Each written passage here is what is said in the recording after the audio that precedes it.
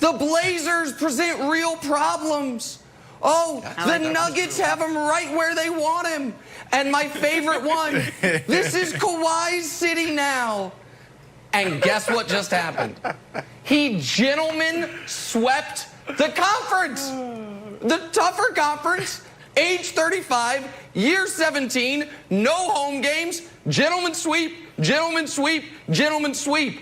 And how does he culminate the final gentleman sweep? With a nearly perfect playoff game.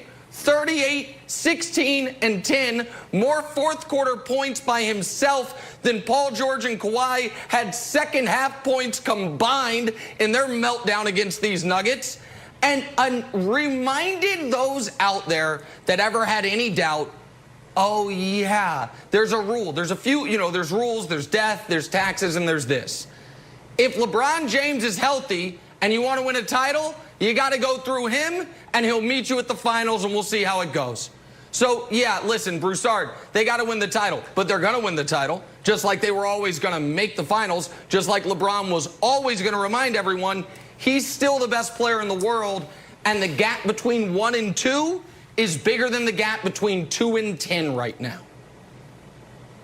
Oh.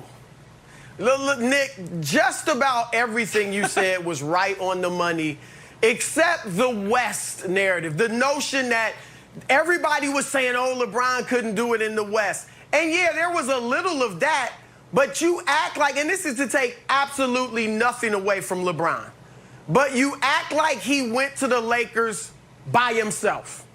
Okay? He did just add a top 5 player in Anthony Davis. Okay? So this notion that LeBron's in LA by himself, no, it's not. But I'm just saying, we're acting like LeBron just went to the Lakers with Rodney Hood and Kyle Korver and the guy, George Hill, the guys he was playing with in Cleveland, and won the West. No, he added Anthony Davis. Takes nothing away from LeBron.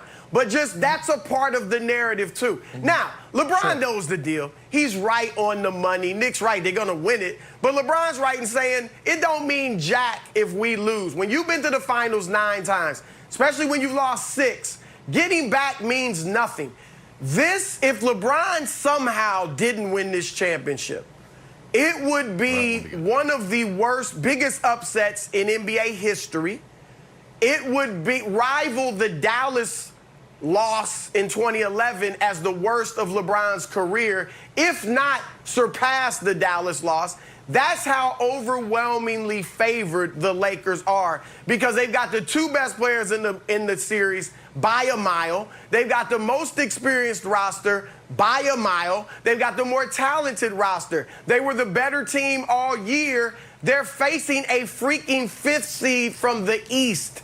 This would be a colossal failure if LeBron and the Lakers didn't win it, and they will win it. But luckily they will win it. And Brandon, I do think we have gotten to such an odd place with LeBron where we are just glossing over.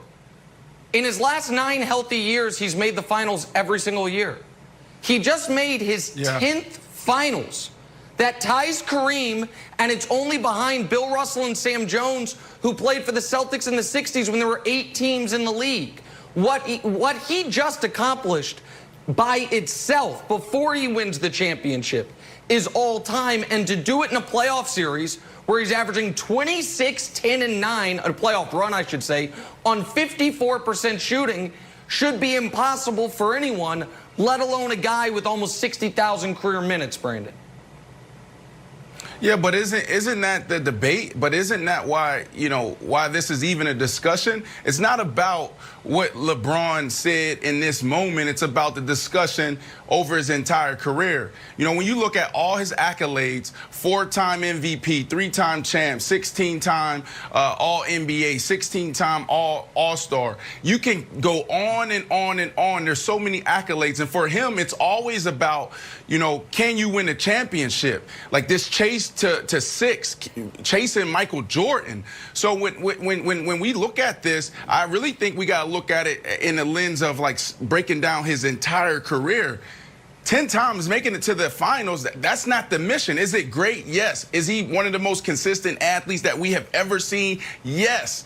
But LeBron James and this is not a knock on him. He should be proud that he's put himself in this position with his hard work and then his approach to the game and his approach to life. But LeBron James, he should be, you know, 5-time, 6-time champ. And I think that's what we need to take this discussion, because anything outside of that, I don't think we can put him in the category of Michael Jordan. Now, if he wins this one, now we're talking like, okay, there's no discussion, because I do believe with AD, and if AD stick around, I think they can get another one. And if that happens, he's the greatest of all time. Sure. Oh, he's already the greatest of all time. But sure. I guess don't I'll throw agree. it to you, Nick. Slow down, Nick. No, I just don't. Look, if he wins this one, which he should, he'll be 4-6. So it's fine, but I don't think it really moves the GOAT conversation one iota.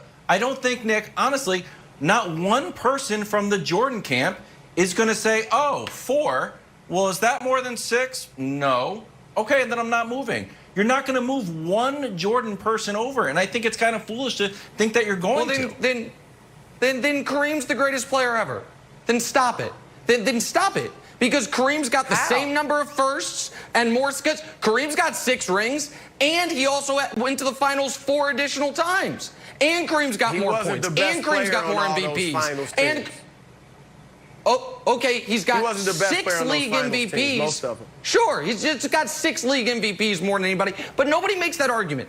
I am not going to spend this morning counting the rings. It is an old, trite argument.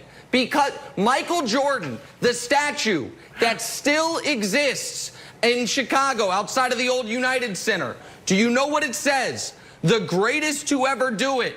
That was put on there when he had 3 rings. Because folks watched him and were like, damn, he's just better than everyone. But Magic's got 5. So what? But Bird's got 3. Shut up, Jordan's better. But Kareem's got 6. Russell has 11. Doesn't matter, Jordan's better. That was the narrative in 1994 when he had 3. The idea that when LeBron is about to win a title with LA, and folks can gloss over the fact, Broussard, that the narrative was, oh, he's no longer that focused on winning. He's focused more on his family being happy and movies and the TV shows and his new version of Plinko with Maverick on NBC. That was all out there. He's focused on Space Jam. And now he's going to win the title. And because it's the only card you have to play, the only card they have to play is 6 rings. 6 rings. I don't know. Listen, 6 rings. It's the only card left. Because wait, that's not the only card. You're talking about Michael Jordan.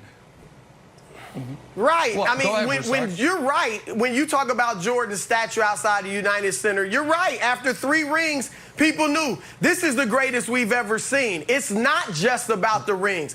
I look at Michael Jordan's game versus LeBron James' game, and I say Jordan's better. Jordan did not have any weaknesses.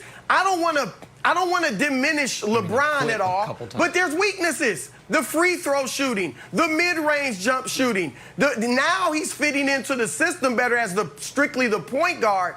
But those are things that are weaknesses. I can't point to one weakness in Michael Jordan's game, and no one can. Handle was a little weak when Nick Anderson ripped him, but we don't count that. Did his handle ever hurt? It doesn't count.